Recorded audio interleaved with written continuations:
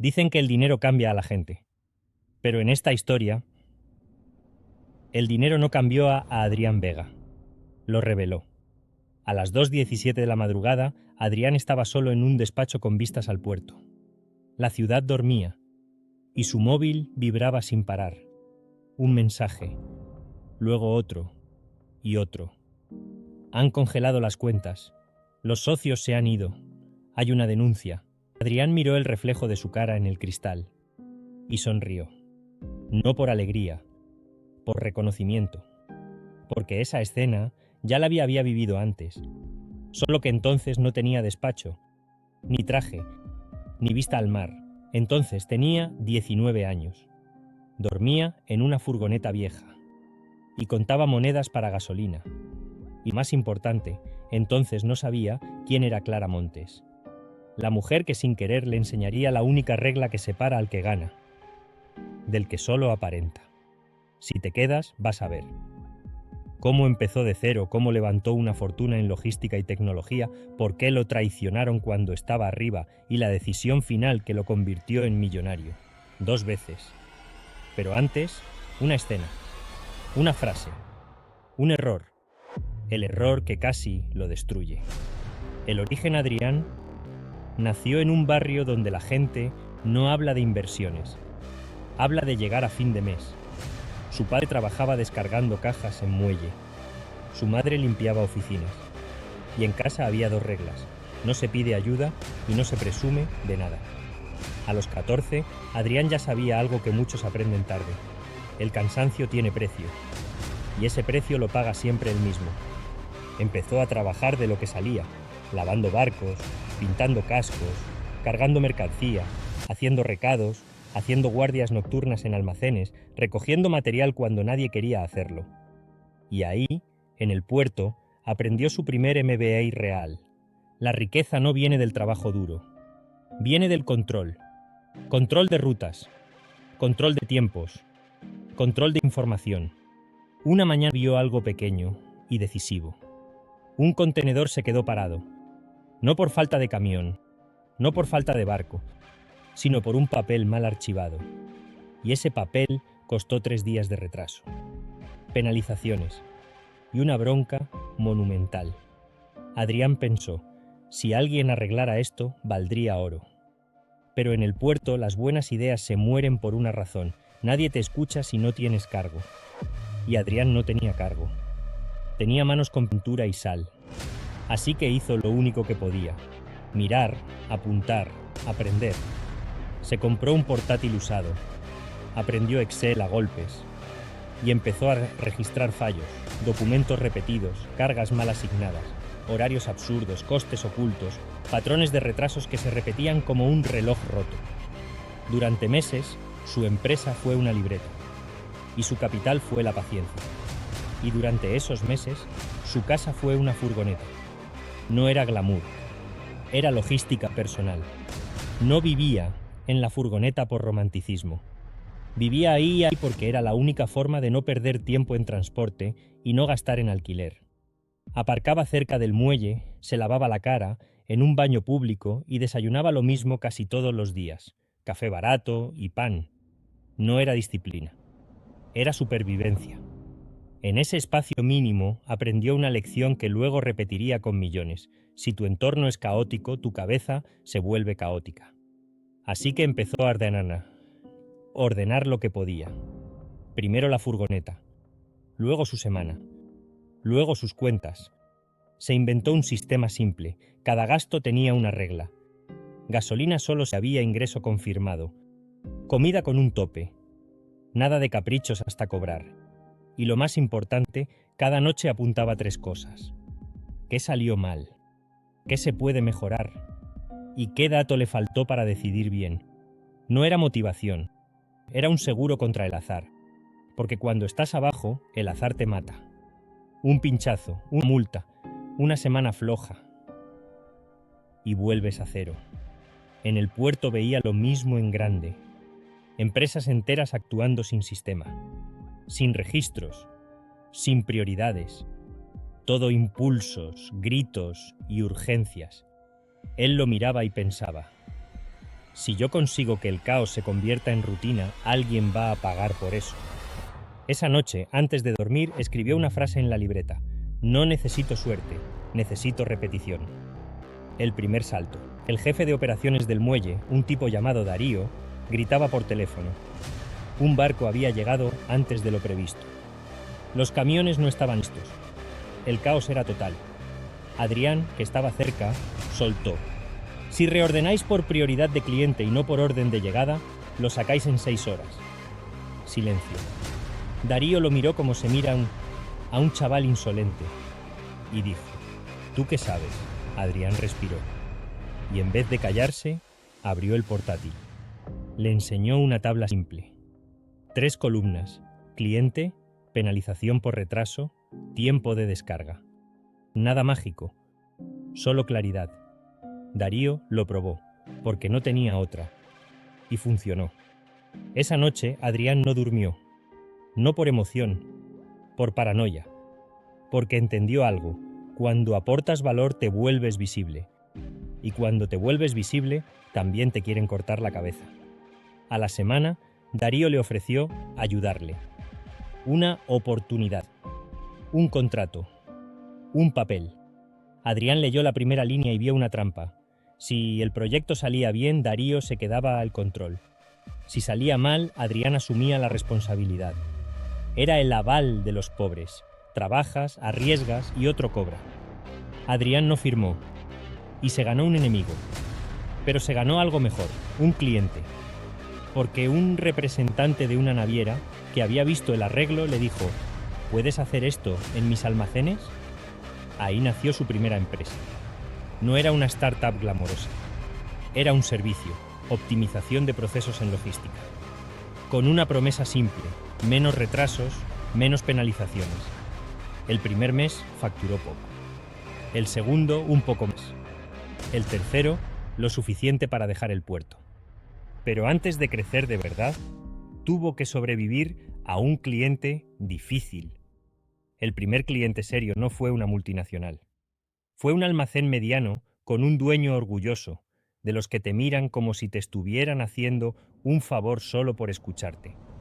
El dueño le dijo: aquí siempre lo hemos hecho así. Y Adrián, que todavía no tenía cintura, respondió: así os cuesta dinero. La reunión se enfrió. Pero Adrián ya había aprendido algo. Si no pones números, te conviertes en opinión. Sacó una hoja y planteó una pregunta simple. ¿Cuánto cuesta un día de retraso promedio? El dueño dudó. No lo sabía. Nadie lo sabía. Ahí Adrián se ganó su primera victoria real. No por ser listo, por hacer la pregunta correcta. Le propuso un trato, una semana de prueba. Si no reducían errores de picking y tiempos de carga, no le pagaban. Si lo lograban, le pagaban una tarifa fija. El dueño aceptó porque le sonó a sin riesgo. En 7 días, Adrián no hizo magia. Hizo orden, un mapa de pasillos, un horario de ventanas de carga, un checklist previo a cada salida y un registro de incidencias. Lo básico, lo que nadie quiere hacer porque no luce.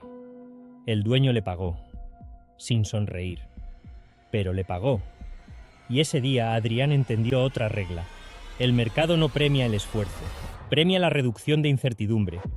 Con ese cliente llegaron otros. No por publicidad, por boca a boca. Porque cuando alguien reduce el caos, se vuelve adictivo. La reputación y el primer enemigo real, Darío, no olvidó el desplante. No olvidó que un chaval sin cargo le había arreglado un problema delante de todos. En el puerto hay una moneda más valiosa que el dinero, el respeto. Y Darío sintió que lo había perdido. Así que hizo lo que hacen los mediocres peligrosos. No atacó el trabajo, atacó la reputación. Empezó a soltar frases a media voz. Que Adrián se creía algo, que era un oportunista, que seguro que mete mano. No necesitaba pruebas, solo necesitaba sembrar duda. Porque la duda, en entornos operativos, es veneno.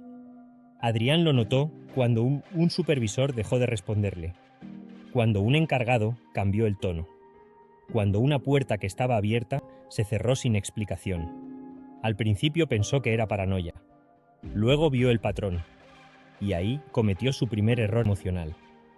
Intentó aclararlo hablando con la gente, uno por uno, como si la lógica curara el chisme. Pero el chisme no vive de lógica, vive de repetición. Tuvo que aprender a protegerse con lo único que no se puede discutir: evidencia. Documentó todo: correos, cambios de plan, acuerdos, métricas antes y después. No para denunciar, para blindarse. Sin darse cuenta, estaba construyendo el hábito que más tarde lo salvaría de un depredador mucho peor: convertir cada decisión en registro. Cuando Darío intentó bloquearle el acceso a un cliente, Adrián no discutió. Presentó datos de resultados, con fechas y responsables.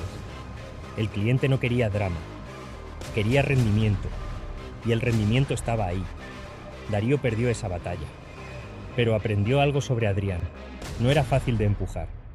Y por eso, cuando más tarde Darío se alió con otro hombre, no fue por casualidad, fue por venganza. El contrato trampa que casi firma. Antes de conocer a Clara, Adrián estuvo a punto de firmar el contrato que habría enterrado su empresa sin que él lo supiera. Era un documento corto. Eso lo hizo peligroso, porque los contratos cortos no siempre son simples. A veces son cortos porque lo importante está en referencias, anexos y definiciones escondidas. La trampa era elegante: servicio continuo. Sonaba bien, pero significaba disponibilidad total, con penalización por cualquier incidencia. Y además una cláusula de mejora permanente. Cualquier optimización que Adrián hiciera quedaba automáticamente cedida al cliente. En otras palabras, Adrián desarrollaba el método y el cliente se quedaba el método para siempre, sin pagar de más. Cuando Adrián se dio cuenta, sintió una mezcla de rabia y vergüenza. Rabia por el intento, vergüenza por haber estado a segundos de firmarlo. Esa noche no durmió, no por miedo a perder el contrato, sino por miedo a su propia ignorancia. Ahí empezó su obsesión: aprender a leer lo que la gente firma sin leer. Al día siguiente renegoció. Perdió el contrato, y fue lo mejor que le pudo pasar, porque si lo hubiera ganado, habría ganado dinero a corto plazo y habría perdido futuro. Ese fracaso le dejó una cicatriz útil. Desde entonces, cada vez que alguien decía «es un trámite», Adrián escuchaba «es una trampa potencial». Clara no entró en su vida con música romántica. Entró con una pregunta incómoda. Se presentó en una reunión con un cliente grande. 30 años. Mirada clínica. Carpeta impecable. Era asesora legal y de compliance para el grupo. Cuando Adrián terminó su presentación, Clara dijo: «Está bien, pero su contrato es un suicidio». Adrián sonrió con tensión. «¿Perdón?». Clara le señaló 3 cláusulas: plazos imposibles, penalizaciones infinitas, cesión total de propiedad intelectual. Usted hace el sistema. Ellos se quedan el sistema. Y si algo falla, usted paga. Adrián sintió rabia. No contra Clara, contra su propia ingenuidad. Ese día, Clara le dio una lección sin pedir nada a cambio. En el mundo real, el dinero no se pierde por no trabajar. Se pierde por firmar mal. Y Clara no ayudaba a la gente porque sí. Clara ayudaba cuando veía 2 cosas: potencial y disciplina. Después de señalarle las cláusulas, Clara le hizo una pregunta que parecía inocente: ¿por qué quiere crecer tan rápido? Adrián respondió lo típico: porque es la oportunidad. Y Clara no se movió. Solo repitió: no. ¿Por qué tan rápido? Adrián entendió que no estaba en una charla. Estaba en un examen. Por primera vez dijo la verdad completa: porque tengo miedo, porque si no crezco, alguien me aplasta. Clara lo miró distinto, porque esa respuesta no era bonita, pero era real. Y la realidad es el único terreno donde se toman decisiones que sobreviven. Clara entonces le explicó su regla. En empresas jóvenes hay 2 tipos de riesgo: el visible, que todos ven, como ventas, costes y clientes, y el invisible, que mata en silencio: contratos, responsabilidades, avales, propiedad intelectual y dependencia de un solo cliente. Le dijo: si usted reduce el riesgo invisible, el visible se vuelve manejable. Si no lo hace, aunque facture, se va a romper. Esa noche, Adrián, en lugar de celebrar que había impresionado a alguien, se sentó a hacer inventario de riesgos, como si fuera contabilidad, pero de amenazas. Cuando terminó, entendió por qué Clara era valiosa. No vendía esperanza, vendía estructura. Desde ahí se vieron más veces. Al principio por trabajo, luego porque Adrián la buscaba para validar decisiones. Clara no decía creo, decía esto implica, no decía seguro, decía riesgo. Clara no era la mujer que inspira, era la mujer que evita que te mates solo. Y Adrián, por primera vez, sintió algo más peligroso que el miedo: ambición con estructura. La primera victoria conjunta. La primera vez que Adrián y Clara ganaron algo juntos no fue en un tribunal, fue en una mesa, con un contrato nuevo y un cliente grande que intentaba imponer condiciones. El cliente quería exclusividad. Querían que Adrián no trabajara con nadie más del sector. Le prometían volumen a cambio. A los ojos de Adrián era tentador. Sonaba hasta estabilidad. Clara lo llevó a un lado y le dijo: exclusividad sin mínimos garantizados es una soga. Hoy te alimenta, mañana te ahorca. Volvieron a la mesa. Adrián dijo: acepto exclusividad si hay mínimos mensuales y una cláusula de salida con preaviso. Si no, no puedo asumir el riesgo. El cliente apretó. Amenazó con irse. Adrián aguantó. No era valentía, era cálculo. Clara había hecho que el no fuera una opción real. El cliente cedió parcialmente. Firmaron con mínimos, menos exclusividad y límites de responsabilidad. Al salir, Adrián sintió algo raro. No euforia, sino alivio. Como si por primera vez el negocio no dependiera de un acto de fe, sino de un acuerdo equilibrado. Clara le dijo: lo que acabas de ganar no es un contrato, es aire. Y Adrián entendió. El crecimiento no te salva. Te salva la capacidad de negociar sin miedo. El contrato que lo cambia todo. Una multinacional le ofreció implementar un sistema de trazabilidad y planificación. Si salía bien, Adrián pasaba de proveedor a jugador.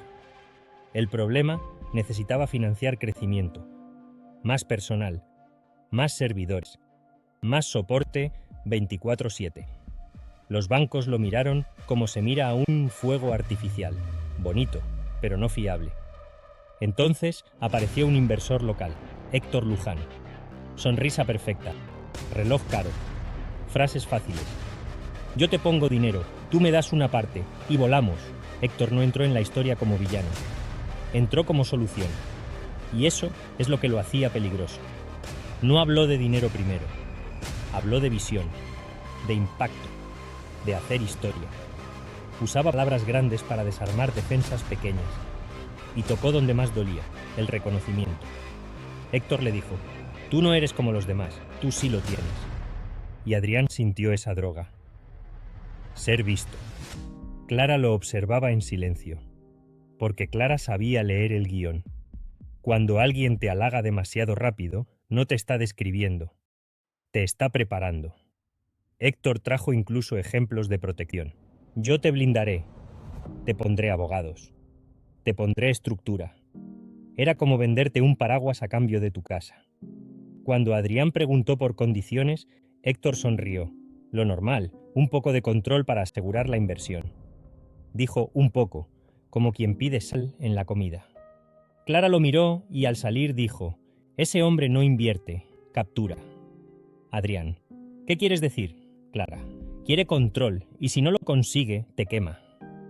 Adrián dudó, y en la duda cometió el error más común de los futuros ricos. Se creyó especial. Se creyó inmune. Firmó una inversión con términos agresivos. No por necesidad, por ego. Durante 6 meses todo fue perfecto. Crecieron, contrataron, los clientes estaban felices. Adrián empezó a recibir invitaciones, eventos, fotos, prensa, el juego de la apariencia.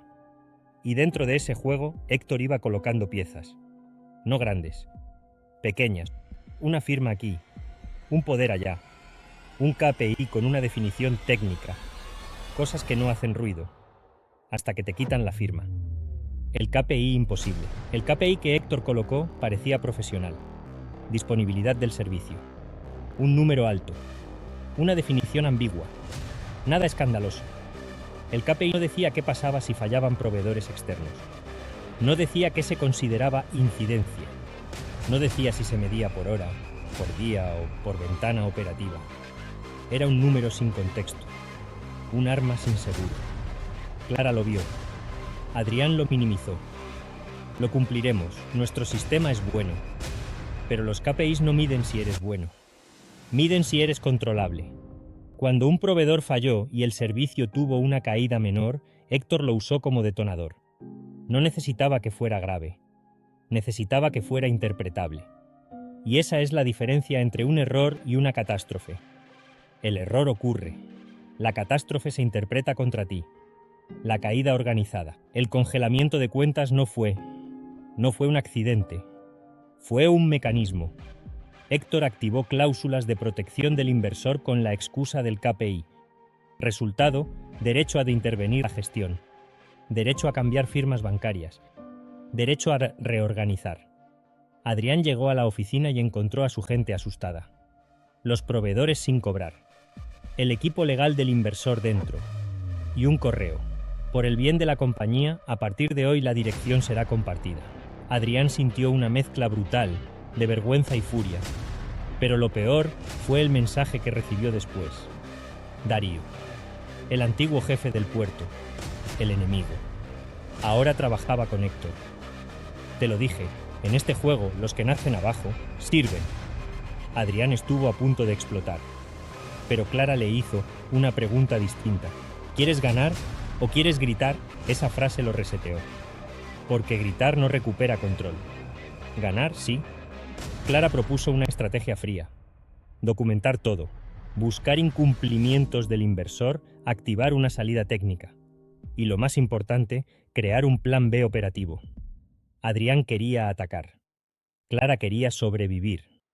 Y sobrevivir era el primer paso para atacar con ventaja. Durante semanas trabajaron como si estuvieran en guerra. Revisaron correos, actas, contratos, transferencias, proveedores, vínculos societarios. Y encontraron el hilo.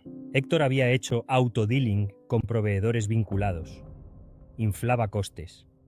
Justificaba incumplimientos. Y luego rescataba la empresa. Era una trampa de manual, pero bien vestida. El plan B. Cuando Adrián decidió activar el plan B, no pensó primero en el producto. Pensó en la gente, porque el producto se puede reescribir. Un equipo bueno, no. Citó a su equipo clave fuera de la oficina. Un almacén vacío. Sillas plegables. Café barato. No prometió dinero, prometió verdad. Nos han quitado la caja. Nos han quitado la firma. Pero no nos han quitado el cerebro. Les dijo algo que cambia carreras. Si os quedáis, os arrastran. Si os vais conmigo, empezamos de nuevo. Con reglas nuevas. Al principio hubo sushi. Hubo silencio. La gente no confía en discursos cuando huele a desesperación. Así que Adrián hizo lo único que genera confianza rápida. Mostró el plan. Un documento simple. Objetivos de 30 días, lista de clientes, coste mínimo de supervivencia y cómo se repartiría el dinero. Nada de humo. Clara añadió una capa. Contratos laborales limpios, propiedad intelectual clara y cláusulas para evitar otro Héctor en el futuro. Uno del equipo dijo, esto parece serio, y Adrián entendió algo que cambiaría su liderazgo. La gente no sigue carisma, sigue claridad.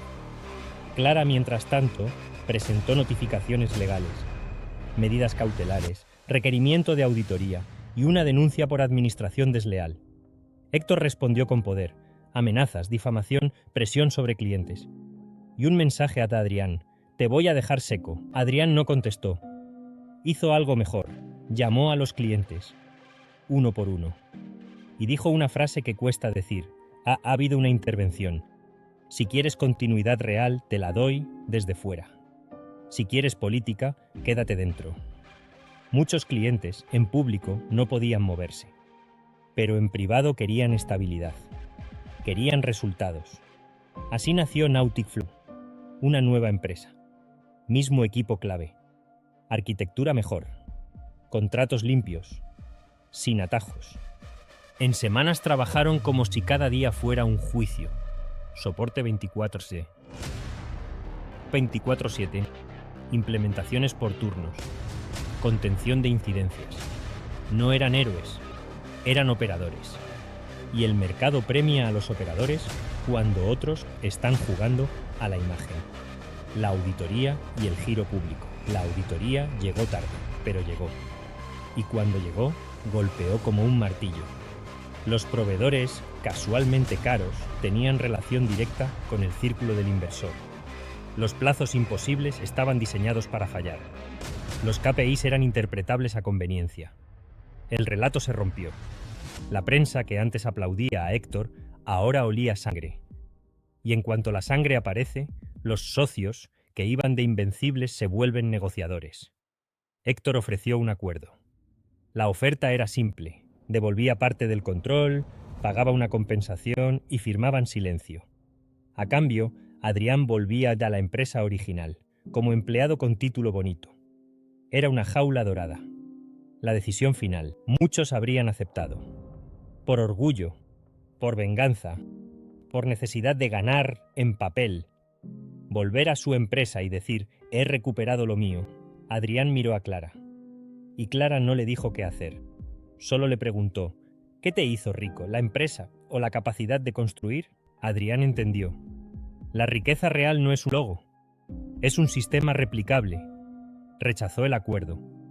Ese rechazo fue el movimiento que lo convirtió en millonario de verdad, porque los clientes no pagan por tu pasado, pagan por tu fiabilidad. Nautic Flow creció. Se expandió a puertos, depósitos, navieras medianas, luego a grandes, luego a otros países. Cada expansión se hacía con una regla: caja primero, contrato después, ego nunca. Clara construyó cimientos. Contabilidad limpia, contratos robustos, propiedad intelectual blindada, riesgo controlado. Y un día una compañía internacional que quiso comprar. Una adquisición seria. Due diligence brutal. No un te compro por promesas, sino te compro por evidencia. Adrián estaba listo. No celebró con champán, celebró con silencio. Porque recordó la furgoneta, las monedas y el primer papel que no firmó. El después que casi lo rompe. Cuando Adrián tuvo millones reales, descubrió un problema nuevo. Todo el mundo nos quería ayudarle. Asesores, fondos, oportunidades, cripto milagrosa, promociones, amigos antiguos. El dinero atrae dos tipos de gente, los que te admiran y los que te calculan. Adrián empezó a invertir. Inmuebles, startups, participaciones pequeñas y un yate pequeño, porque el mar le recordaba el origen. Con dinero llegó otra tentación, la urgencia disfrazada de oportunidad. Un proyecto espectacular, sexy, mediático. Un resort náutico inteligente con tokenización de amarres. Rentabilidades imposibles. Marketing perfecto. El pitch era brillante. El riesgo, monstruoso. Adrián estuvo a punto de entrar. No por codicia, por aburrimiento. Porque cuando ganas te falta conflicto. Y el humano busca conflicto. Clara lo paró en seco. Estás buscando adrenalina con tu patrimonio. Adrián se enfadó. Porque era cierto. Clara no discutió números. Discutió psicología. El dinero se pierde cuando decides rápido para tapar una emoción. Miedo, ego, aburrimiento, necesidad de validación. Da igual, ¿cuál? El patrón es el mismo. Adrián pidió auditoría, pidió estados reales, pidió garantías. El proyecto se desinfló en días. No necesariamente ilegal, pero frágil. Vivía de la prisa. Y ahí Adrián se dio el lujo que antes no podía, decir no, no a lo brillante, sí a lo sólido. Esa fue su segunda fortuna, la que no se ve en redes, la que se nota cuando duermes. El cierre con golpe emocional. Años después, Adrián volvió al puerto. No con prensa, No con cámaras. Solo. Caminó por donde había cargado cajas. Miró los contenedores. El mismo ruido metálico. La misma sal en el aire. Se cruzó con un chaval joven. Mismo gesto cansado que él tenía. El chaval lo miró como si lo conociera. ¿Eres Adrián Vega? Adrián asintió. El chaval tragó saliva. Dicen que tú saliste de aquí. Adrián no le soltó una frase motivacional barata. Le dijo una verdad útil. Aprende a leer contratos. Aprende a medir procesos. Y aprende a decir no, aunque te llamen loco. El chaval sonrió. Y Adrián entendió que la fortuna no es solo el dinero. Es la capacidad de no volver a ser víctima de un papel. Esa noche, Adrián volvió a su despacho. El móvil vibró. Un mensaje. No era un bloqueo. No era una amenaza. Era un informe de caja. Todo en orden. Adrián miró a Clara, que estaba revisando un documento. Clara levantó la vista. No sonrió demasiado. Solo dijo: hoy dormimos. Moraleja final: no te arruina el mercado. Te arruina la prisa, la vanidad y firmar sin control. Si quieres fortuna, construye sistemas. Si quieres mantenerla, construye límites.